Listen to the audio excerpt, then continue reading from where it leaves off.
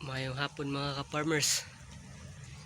Hindi ako naka-video ng nagtatrap ako kasi umulan.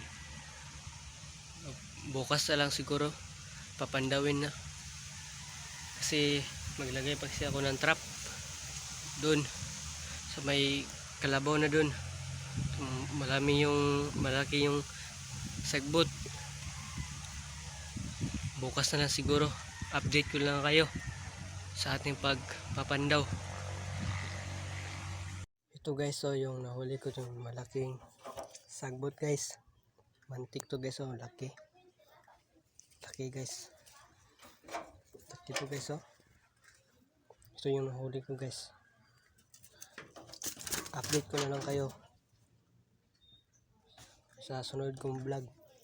See you next vlog guys.